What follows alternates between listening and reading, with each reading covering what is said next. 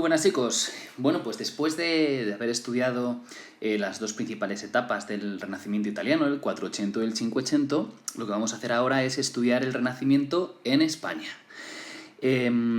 Obviamente lo que vamos a hacer es seguir más o menos, bueno, pues el mismo esquema que en su día vimos, ¿no? Pues la arquitectura primero, la escultura y luego la pintura. En cuanto a arquitectura, ¿cómo llegó el Renacimiento aquí a España? Bueno, pues llegó materializado en tres subestilos distintos, ¿vale?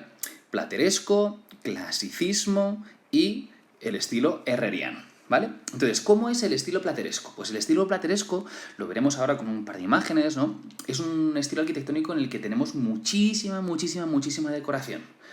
El clasicismo, ¿vale?, que es el que tenemos a continuación, lo que vamos a ver son rasgos que nos recordarán muchísimo a la típica arquitectura griega o romana de la antigüedad clásica. Y en cambio, el estilo herreriano, en contraposición con el plateresco, pues va a ser muchísimo más serio, muchísimo más sobrio, con muy poquita decoración, muy poquita decoración, ¿de acuerdo? Luego, en cuanto a la escultura, es curioso porque ya os pondré ahora algo de, por ejemplo, de Alonso de Berruguete, que es el ejemplo que viene, por ejemplo, en vuestro libro. En escultura veremos que no utilizaremos tanto, por ejemplo, el mármol, sino que en España se usarán principalmente materiales más pobres, como por ejemplo la madera policromada, ¿vale? Es decir, madera pintada con muchos colores. Y luego, mientras que las típicas esculturas del Renacimiento italiano eran esculturas serias o con sentimientos muy poco reflejados y que estaban más bien reflejados hacia adentro, ¿no?, como la terribilidad esa que mencionábamos en las esculturas de Miguel Ángel, pues aquí lo que tendremos son sentimientos mucho más exacerbados y no se materializará tanto esa idea de belleza ideal. Y luego en pintura hablaremos del Greco, que es un pintor absolutamente fascinante, aunque en su día muy pocos lo entendieran así. Así que vamos a por ello. Vamos a hablar de arquitectura, como os decía. Esto es estilo plateresco a más no poder. Es la fachada de la Universidad de Salamanca. Probablemente en Salamanca encontremos el mejor plateresco de toda España. Lo veremos en la catedral, lo veremos en monasterios y lo vemos sobre todo en la fachada de la Universidad de Salamanca. Entonces, fijaos cómo aquí en la fachada es que prácticamente no tenemos ningún espacio sin decorar, ¿vale? Tenemos un montón de relieves que lo que persiguen, pues en este sentido, es generar pues muchísima ornamentación y que incluso el espectador se pierda en toda la decoración que tenemos ahí. Entonces vemos escudos, vemos blasones, vemos escenas bíblicas, vemos de todo, pero absolutamente de todo, ¿vale? Entonces esto sería plateresco puro y duro. Esto, sin embargo, sería clasicismo. Esto no sé si vendrá por aquí, pero este es el Palacio de Carlos V, que nos lo encontramos en la Alhambra, ¿vale? En mitad de la Alhambra, un palacio renacentista de Carlos V. Obviamente esto casi podría parecerse al patio interior de cualquier palacio, pues, romano o griego, ¿no? Y entonces, si os fijáis, incluso las columnas son columnas prototípicamente clásicas, ¿vale? Absolutamente clásicas, con sus columnas, con sus capiteles, etc. Entonces esto sería estilo clasicista puro y duro, ¿vale? En Granada también tendríamos renacimiento clasicista español, pues en la catedral, ¿vale? Esta es la catedral de Granada, que bueno, pues también sigue más o menos las directrices típicas del clasicismo.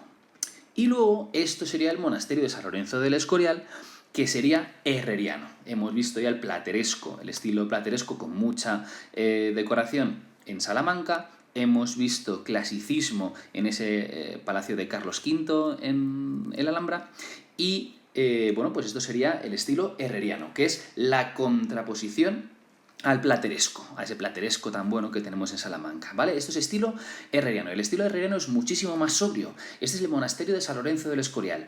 Es renacimiento, pero a la española. Entonces tenemos muy poquita decoración, es un estilo muchísimo más sobrio, muchísimo más serio.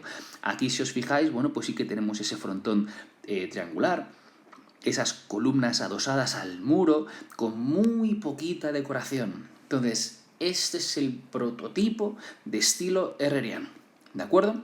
El monasterio de San Lorenzo del Escorial. Una vez hemos visto ya la arquitectura, pasaríamos a ver la escultura. Y entonces esto es el sacrificio de Isaac de Berruguete, que creo que es también la escultura que tenéis en vuestro libro. Varias diferencias ya seguramente os habrán llamado la atención si comparamos pues, el sacrificio de Isaac de Berruguete pues, con la Piedad de Miguel Ángel, con el David de Donatello, con cualquier otro tipo de escultura procedente del Renacimiento italiano. Quizás lo primero de todo, aquí lo que vemos es madera policromada en lugar de mármol o de bronce. ¿Por qué? Pues porque es un material más pobre, es un material más asequible, pero claro, la madera, si no la policromas, pues obviamente te queda algo mucho más feo de ver. Entonces, en España, pues sobre todo se aboga por esto, por madera policromada en lugar de bronce o sobre todo como en Italia, el mármol. Así que pobreza, como os digo, de materiales. Y segunda diferencia, pues sentimientos exteriores muy exaltados, ¿vale? Sentimientos exteriores muy exaltados frente a la expresividad mucho más comedida, como os había comentado antes, de la escultura renacentista italiana, ¿vale? Entonces, ¿aquí qué escena tenemos? Pues una escena bíblica del Antiguo Testamento. Recordad que Dios pone a prueba a Abraham, que es este, ¿vale? Dios le pone a prueba y le dice que sacrifique a su hijo Isaac. Y cuando, bueno, pues se dispone a ello y coge un puñal, pues aparece un ángel que le dice que no hace falta, que Dios ya ha comprobado su fidelidad. Entonces, lo que tenemos es ese momento de desgracia absoluta de un padre como Abraham que está pues, a punto de sacrificar a su hijo. Entonces, fijaos, su hijo Isaac, que está muertecito de miedo porque sabe lo que va a pasar, que luego después, bueno, pues no sucedió así. Así que bueno, pues esta sería, pues una muy buena muestra de la escultura del Renacimiento español. Y vamos a por la pintura. El genio de la pintura renacentista en España es el Greco, ¿vale? Dominicos Theotokopoulos, alias el Greco. Y sin lugar a dudas, quizás esta sea una de sus pinturas más famosas, ¿no? El caballero con la mano en el pecho, que creo que supongo que vendrá en vuestro libro. La tenemos también en el Prado. Pero a mí me gusta mucho más, en vez de centrarme en esta pintura, me gusta mucho más esta, que es la que yo creo que es su obra maestra, vamos, sin lugar a dudas, que es el entierro del señor de Orgaz, que lo tenemos en una iglesia pequeñita que hay en Toledo, que se llama Santo Tomé, ¿vale?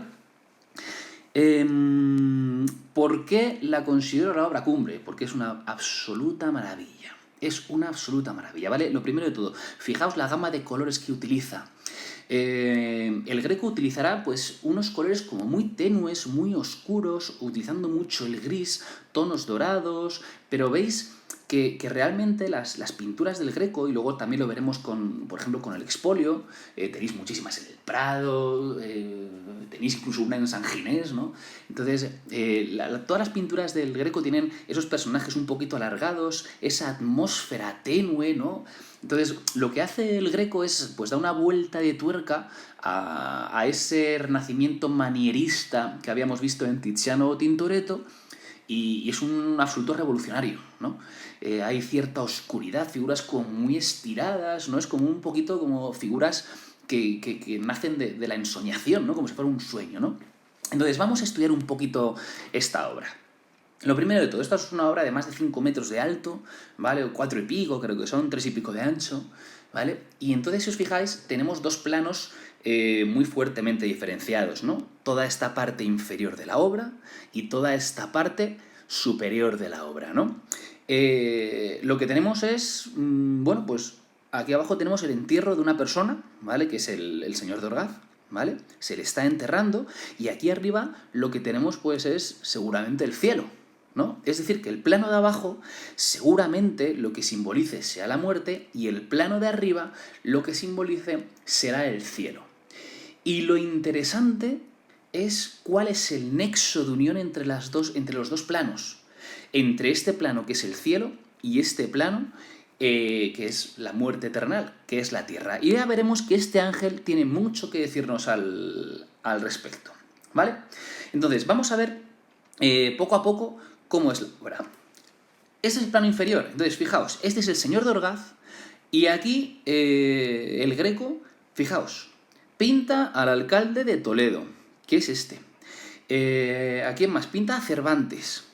Pinta a San Agustín. Es decir, San Agustín, nuestro San Agustín, ¿vale? Pinta a San Esteban. Sabemos que es San Esteban porque en sus túnicas está tejido cómo murió San Esteban, ¿vale? San Esteban es un mártir que fue asesinado a pedradas, y ahí lo vemos, ¿vale? Entonces, vemos a personajes muy importantes. Vemos a Francisco de Pisa, vemos a Cervantes, vemos al alcalde de Toledo, como os decía, San Agustín, San Esteban. Es decir, que al entierro del señor de Orgaz acuden algunos de los hombres más importantes, incluso de distintas épocas. El Greco se permite esa licencia, ¿de acuerdo? Y en el plano de arriba, pues tenemos a Jesús, tenemos a la Virgen María, tenemos a Juan Bautista, tenemos aquí a un montón de santos de la Iglesia, vemos aquí un ángel, ¿no? Un ángel que sostiene algo extraño. Un ángel que sostiene algo extraño. Querubines por toda la escena, San Pedro con las llaves del cielo, ¿verdad? Es decir, que hay un cambio muy radical desde la parte inferior a la parte superior.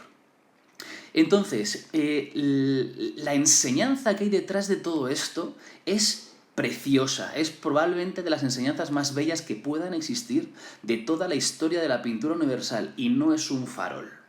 A ver, voy a intentar explicaros esto, explicándoos antes pues otra cosa, ¿vale? Entonces, lo primero de todo, imaginaos cuál es la noción de mundo que tiene un feto, ¿vale? Un feto en el vientre de su madre, ¿vale? Imaginaos cuál es la noción del mundo, qué es lo que él ve, qué es lo que él nota, qué es lo que él siente.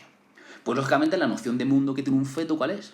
Pues la placenta de su madre, el útero de su madre. Es decir, esa es la noción del mundo. Ahí está gustito durante 9 meses, ¿no? Y luego hay algo muy curioso. Y muchos estudios científicos así lo han demostrado. El feto, durante todo el embarazo, experimenta algo que es el intensísimo amor de su madre. Claro, ¿el feto pone rostro al amor de su madre? ¿La conoce? Pues obviamente no. El feto siente el amor de su madre, pero no le pone rostro. Y de repente, 9 meses después, empieza a experimentar un dolor tremendo y su mundo, la placenta, se viene abajo. Y le expulsan a la fuerza de ese mundo, del que era su mundo, la placenta, el útero, en un tránsito absolutamente horrible, ¿no? Y que está lleno de dolor.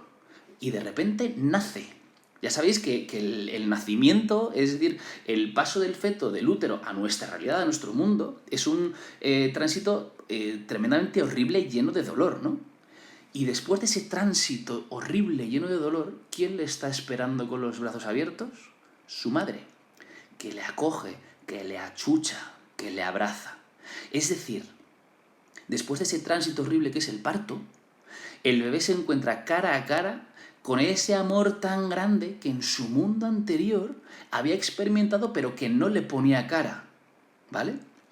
Pues fijaos, esa es justo la idea de muerte que tiene el Greco y que es al final, bueno, pues la idea de muerte que tenemos el resto de cristianos, claro, ¿no?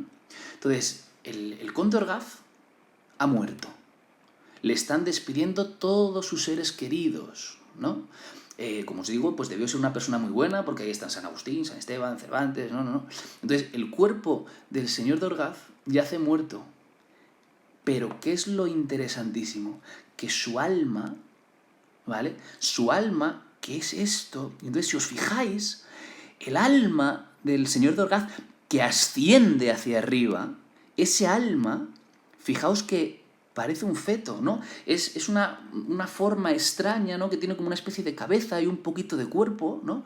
Pues esa es la forma que tiene el Greco de representar su alma, como algo parecido a un feto. Se eleva, pasa por un conducto estrecho, ¿vale? Pasa por un conducto estrecho, pues eso, como si fuera prácticamente el útero, ¿no? Y casualmente junto a la Virgen, madre de todos. Y de repente, después de ese tránsito, quien le está esperando con los brazos abiertos no es otro que Jesús. que es esa fuente de amor tan intenso que el conde Orgaz había experimentado, bueno, pues durante toda su vida, y que ahora le ve cara a cara y le recibe, fijaos, con esa expresión tan, tan, tan bonita, ¿no? Con los brazos abiertos. Y quienes vienen a recibirle son todos los santos de la Iglesia que les tenemos aquí, seres queridos, todos aquellos, bueno, pues que antes le han precedido en el tránsito de la muerte. Entonces, esa es la idea del Greco, fascinante, maravillosa, ¿no? Que la expresa aquí. La muerte como un nacimiento a la vida eterna. Ese tránsito horrible y doloroso que es el parto para un feto que se encuentra con los brazos que la acogen, con esos brazos amorosos de su madre, pues aquí pasa exactamente lo mismo. El alma del señor de Orgaz asciende y se encuentra con el origen de ese amor tan maravilloso que el señor de Orgaz ha experimentado durante su vida, que no es otro que Jesucristo. Entonces, como veis, es algo absolutamente fascinante, se mire por donde se mire, ¿verdad? Y luego, bueno, pues aquí tendríamos otra de las pinturas más interesantes del Greco, ¿no? Que es el expolio. Entonces esto lo tendríamos en la sacristía, perdón, de la Catedral de Toledo. En Toledo hay muchísimas cosas del Greco, ¿vale? Aquí de nuevo, bueno, pues el Greco juega con la iluminación, juega con los colores, ¿no? Vemos un poquito de claroscuro, vemos sombras y demás, vemos este personaje en un escorzo, ¿no? En esa posición absolutamente perpendicular al punto de vista del espectador, con una sensación de muchísimo jaleo, de muchísimo ajetreo, ¿no? Todos los hombres que aparecen de una forma casi casi violenta en la escena, se están repartiendo las ropas de Jesús antes de ser crucificado.